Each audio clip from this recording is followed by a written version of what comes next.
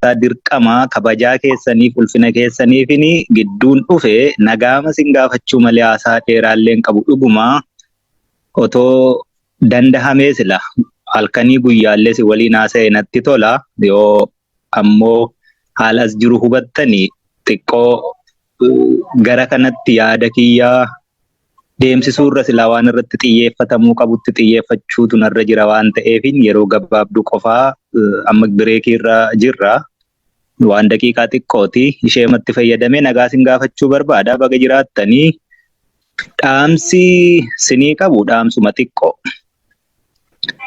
Oromoon hojii walaa dorgomu arrabaa waliin dorgomiin mataa gadi qabadhaa hojjedhaa mul'achuun homaa gatii hin qabu.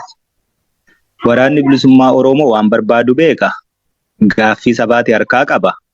Waraanicha egaa kallattii baay'eetiin akkinni waraana hin taane ka godhu waan baay'ee jira. Namni yoo waa gochuu dadhabe qabsoo kanatti gufuu ta'uu yoo baate qabsootti gufuu ta'uu dhabuuni akka nama rasaasa tokko gumaacheetti hin ilaalan. Kanaafiyyuu buusii miti dubbiin keenya. Maallaqa funaanuu miti dubbiin keenya. Sirnadha ijaarrachuu feena. Kan boru hegeree Oromiyaa, ijoollee Oromoo, ijoollee keenyaaf biyya taatu. Mul'ata qabna. Mul'anni kun immoo akka qoosaatti galman ga'u gufuu baay'eetu dura jira. Gufuun kun immoo akka salphaatti hin ka'u wareegama guddaadha gaafata. Kanaafiyyuu Oromoon maallaqa qofaa irratti sammuunsaa qiyyaafatee yoo hojii hojjeta ta'e yeroo hedduu walitti bu'iinsa dhala. Ani gama koo yoo maallaqi haa hafuyyuu jechuutti hin jira. Isinummaan ijaarama.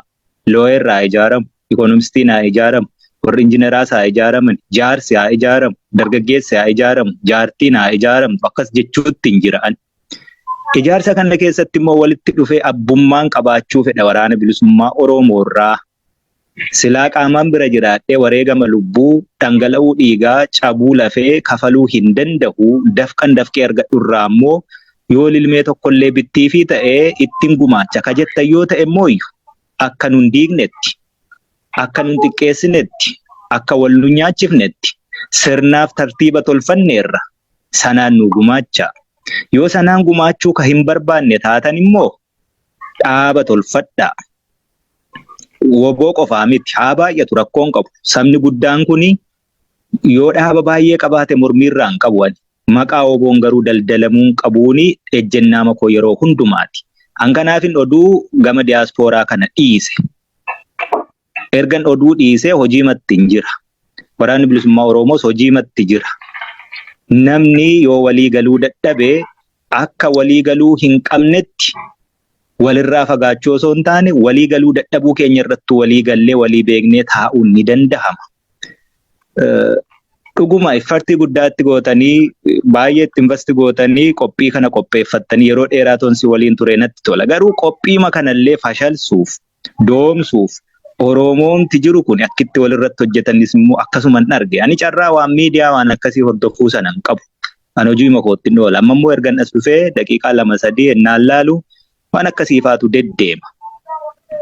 Ela yaa Oromoo maallaqni miileenaan hojjennee argineetu bu'aasaas fafasaas tempteeshinii inni qabu suntumaa argineerra. Dubbiin maallaqa miti. Dubbiin qaanii gabrummaa bara dheeraa jala jirru jalaa bahuudha. Dubbiin bara waggaa 5, 10, 20, 30, 40, 50tti Oromoon eessa gahuu qabdii tarsiimoo tokko lafa kaa'achuudha. Bilisummaa arguu dandeenya ta'a, arguu dhiisuu dandeenya ta'a. Biyyi hin darbu, sabni hin darbu, dhaloonni hin darbu. Dhaloonni hin darbu ennaan jedhutti fufiinsa qaba walitti ejjaadha. Nuti immoo yeroo tokko ni dabarra. Leegaasii akkamii keenyeetu dabarra. Seenaa keessatti galmeen seenaa maqaa keenyaa akkam jedheetu qoraa. Isa kana haa ilaallu. Dhimma maallaqaan laaliina. Buusiin maallaqaa lilmee nuubitti yoo ta'e bu'aa qabdi. Achi keessatti isinis abbummaadha qabaattu. Kan kanarraa hafee waraanni bilisummaa Oromoo har'a 200 miti, 300 miti, 2,000, 3,000 miti. Kuni buusii isin buustan qofaan socho'uu akka hin dandeenye beektu. Buusiin isin buuftan suni abbummaa akka qabaattaniif qofa. Waraanni bilisummaa Oromoo bajanni isaa guyyaatti miiliyoonaanidha socho'a. beektu lakkoofsa isaa. Kun hundi rasaasadha dhukaasa. Hin nyaata, hin uffata, hin hidhata.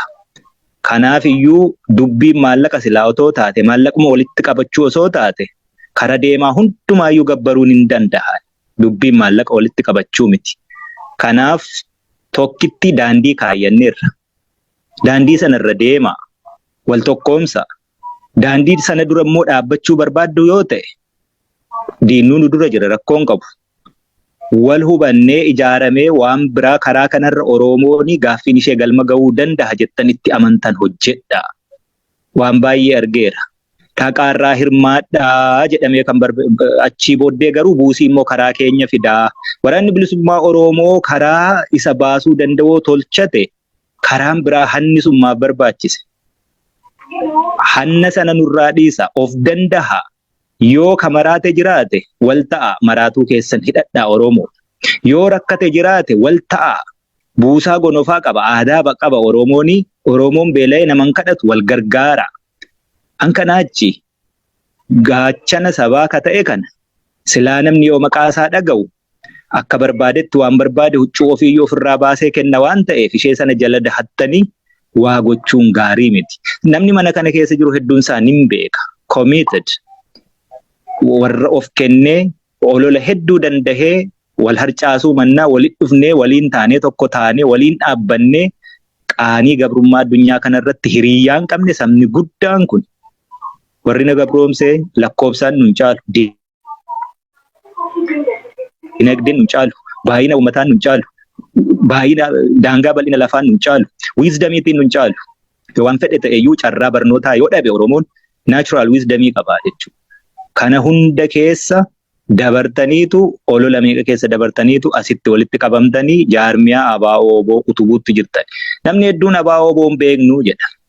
ABO'nis WBO'nis numaa jechuutti jirra malee maqaa haaraa miti kun. ABO'n jaarmiyaa siyaasaati. Jaarmiyaa siyaasaa hawaasummaa, dinagdee, dippiloomaasii, waraanaan galma ga'uuf hojjetu.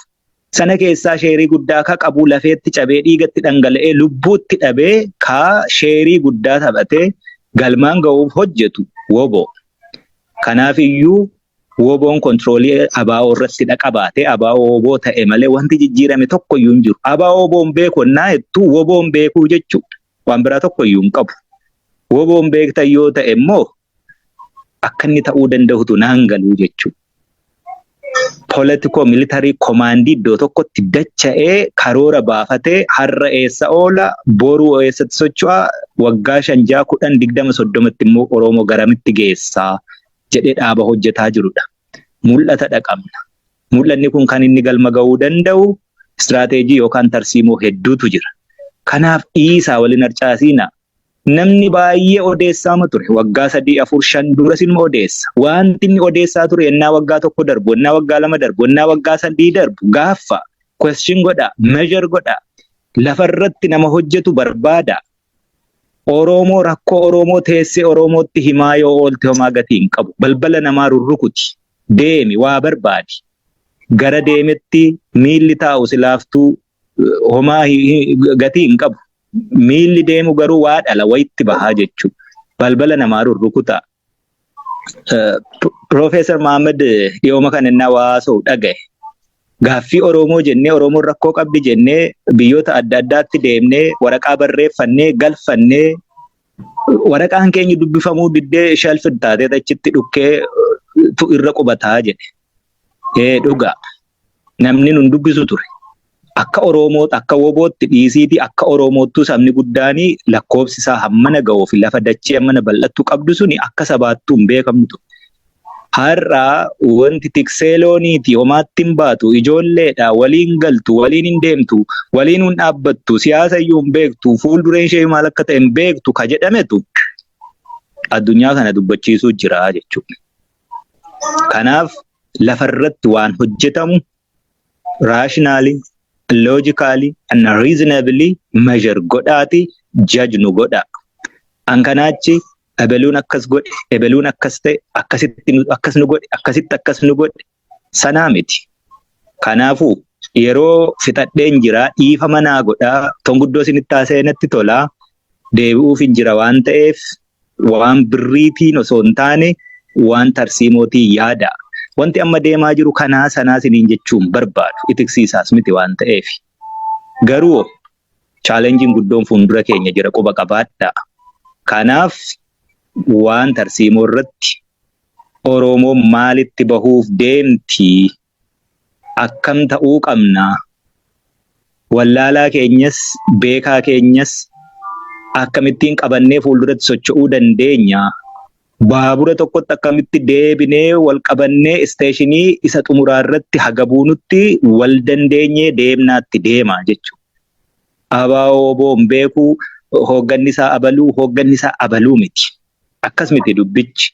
Yookaan 2000 akkasii 2000 akkasii korri sabaa akkas godhee miti. We are an independent organization amma. Kan fudhachuu danda'utu sinitti jira. Dhaabni nu hoogganu kan biraa, namni nu hoogganu kan biraa jiru. Dirreerraati hooggan. Dirreerraa hoogganuu mun barbaannu. Hooggansa nu barsiistanii, qabsoo nu barsiistanii kadhe jedhus jira. Waggaa 50 darbe dhiiroo. Waraana 50 garuu qabaachuu hin dandeenye Oromoo. Kanas ilaala yoo sammuu qabdu ta'e. Waggaa 50 darbe kana hundumaa keessatti waraana bilisummaa Oromoo Oromiyaa guutuu keessatti diina waliin kiiloomeetira 1-2 irratti taa'ee leenjisee hidhachiisee lolchiisee mandara keessa taa'ee lole in history of this world ripheen lolaa akkasiitu jiraatee hin beeku. Takkaamayyuu hin jiraanne jechuudha. Kanaan dura immoo gammoojjii fagoo lafa waraabessii fi allaattiin foon keenya sooratti Oromoonuu jiraachuu keenya quban qabne keessatti wareegama kaffalleerra. Waraana xiqqoo taane waraana 500 horachuu hin dandeenya baa'oon barasaa guutuu keessatti. Kuni har'a yeroo ta'u it's not a miracle. Hojjetameetu jijjiirame. Hojii sanatti waa gumaacha dhagaatti hin darbatiina. Yoommoo waa gumaachuu hin dandeessan ta'e callisaa dhiisaa sunuu gumaacha. Fayyaanaa ta'aa dhiifamaa teenshinii hedduu jira. Hojii hedduu jira. Ni hubattu jedhee yaadaa. Egaa milkaa'aa injifannoo.